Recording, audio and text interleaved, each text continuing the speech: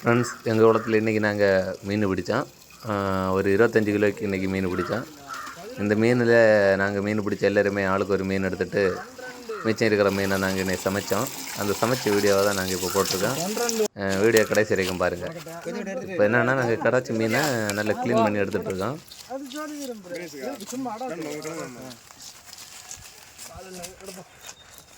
வெட்டு வெட்டு நல்ல சின்ன துண்டா வெட்டு.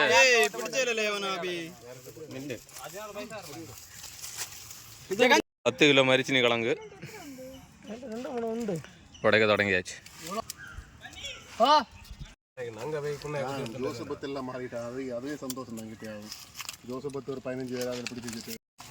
இப்போ கட் பண்ண மீனெல்லாம் நாங்கள் கழுவி எடுக்க போகிறோம். உப்பு போடி அதெல்லாம் எடுக்காம ஒரு வழியா மீனை கழுவியாச்சு.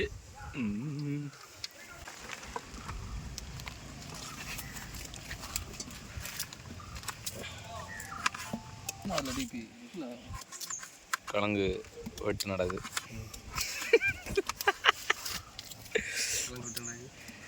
இங்கே உள்ளி வெட்டு நடக்குது. நம்மளுக்கு சமையலுக்கு தேவையான எல்லா பொருளும் ரெடி ஆகிட்டு இருக்கு. இப்போ கிடச்ச மீனில் நாங்கள் 2 விதமாக சமைக்க போகிறோம். கொஞ்சத்தை பொரிக்க போகிறோம், கொஞ்சத்தை கறி வைக்க போகிறோம். மீன் தலையும் கொஞ்சம் பீஸு நாங்கள் கறி வைக்க போகிறோம், இதை நாங்கள் பொரிக்க போகிறோம். இப்போ குழம்பு வைக்கிறதுக்கு மீனுக்கு மசாலா ரெடி பண்ணிட்டு இருக்கோம். இது நார்மலாக நம்ம எப்போவுமே யூஸ் பண்ணுற மாதிரி மிளகு பொடி, மல்லிப்பொடி, கொஞ்சம் மஞ்சள் பொடி, அதுக்கூட புளி தண்ணி, இதெல்லாம் தான் விட்டு பண்ண போகிறோம். இந்த புளி தண்ணி, இந்த மசாலா எல்லாம் போட்டு ஒரு 1/2 அன் ஹவர் நம்ம அப்படி ஊற வச்சோன்னா ரொம்ப நல்லது. அதை தான் இப்போ பண்ண போகிறோம்.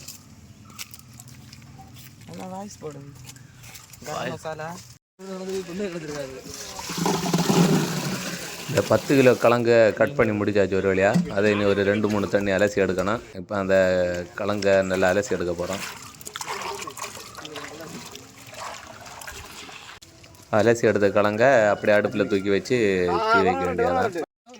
இப்போ இந்த குழம்பு வைக்க தேவையான மசாலா தான் இப்போ ரெடி பண்ண போகிறோம். அதில் கொஞ்சம் எண்ணெயை ஊற்றி, எண்ணெய் காஞ்சதான் அதில் கொஞ்சம் ஜீரகத்தை போட வேண்டியதான்.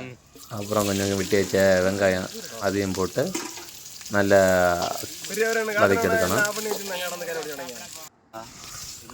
இப்போ வதங்கி வரைச்சில் நம்ம கொஞ்சம் இஞ்சி பூண்டும் 2 ரொம்ப அரைச்சி அதையும் அது கூட சேர்த்து ஒரு கிண்டி எடுத்துக்க வேண்டியதான். கட் பண்ணி வச்சுட்டு தக்காளியும் போட்டு ஒரு வதக்கி எடுக்க வேண்டியதான். தக்காளி, உள்ளி எல்லாமே ரொம்ப நல்லா வதங்கிருச்சு. இதை நம்ம மிக்சியில் அடித்து வந்துடலாம். அதுக்கு முன்னாடி நம்ம ரெடி பண்ணி வச்ச அந்த மீன் குழம்பு கரைசலை எடுத்து அடுப்பில் வச்சிடலாம். இப்போ இதே டைமில் கிழங்கு வேறு வந்துருச்சு. இப்போ அதுக்கு தேவையான உப்பை போட்டு விட்டுடலாம்.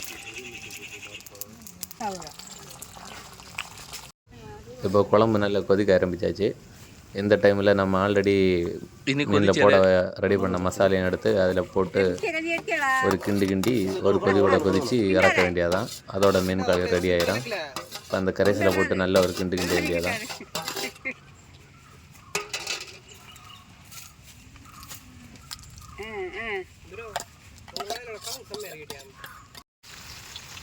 இப்போ நம்ம மீனை பொரிக்க வேண்டிய நேரம். ஆல்ரெடி கொஞ்சம் மீனை நம்ம பொரிக்கிறதுக்கு எடுத்து ஒதுக்கி வச்சோம். இப்போ சட்டியை சூடாக்கி கொஞ்சம் எண்ணெயை ஊற்றி அதில் அந்த மீனை எல்லாம் போட்டு பொரித்து எடுத்துடலாம். மசாலா நல்லா ஊறி இருக்குது, அதனால் பொரிக்கவும் ரொம்ப ஈஸியாக இருக்கும்.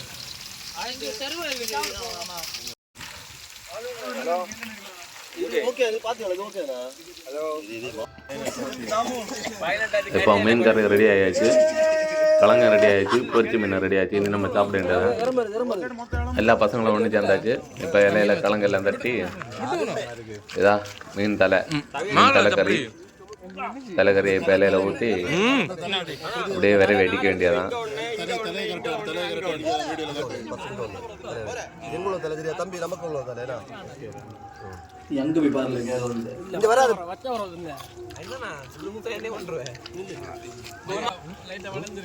இதை நாங்கள் பொரிச்ச மீன் பார்க்கவே எட்டி ஓடுது.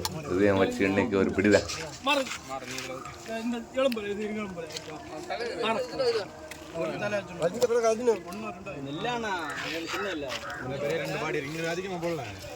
நாங்கள் ஒரு 20 பேர் உண்டு. 20 பேருக்கு தேவையான எல்லாமே இதில் இருக்குது. சமைச்சு சாப்பிட்டோம். சாப்பிடவும் ரொம்ப டேஸ்ட்டாக இருக்குது. ரொம்ப அழகாக நீட்டாக அப்பா வேறு லெவலில் இருக்குது. நல்லா பார்த்து என்ஜாய் பண்ணுங்க ஃப்ரெண்ட்ஸ். அடுத்த வீடியோவில் நம்ம பார்க்கலாம். ஒரு வழியாக பசங்க எல்லாம் சாப்பிட்டு முடிச்சாச்சு. ரொம்ப டேஸ்ட்டாக வேறு இருந்துச்சு. அவ்வளோதான். அடுத்த வீடியோவில் பார்ப்போம். மறக்காமல் நம்ம சேனலை சப்ஸ்கிரைப் பண்ணுங்கள், ஷேர் பண்ணுங்கள், லைக் பண்ணுங்கள், கமெண்ட் பண்ணுங்கள், சப்போர்ட் பண்ணுங்கள்.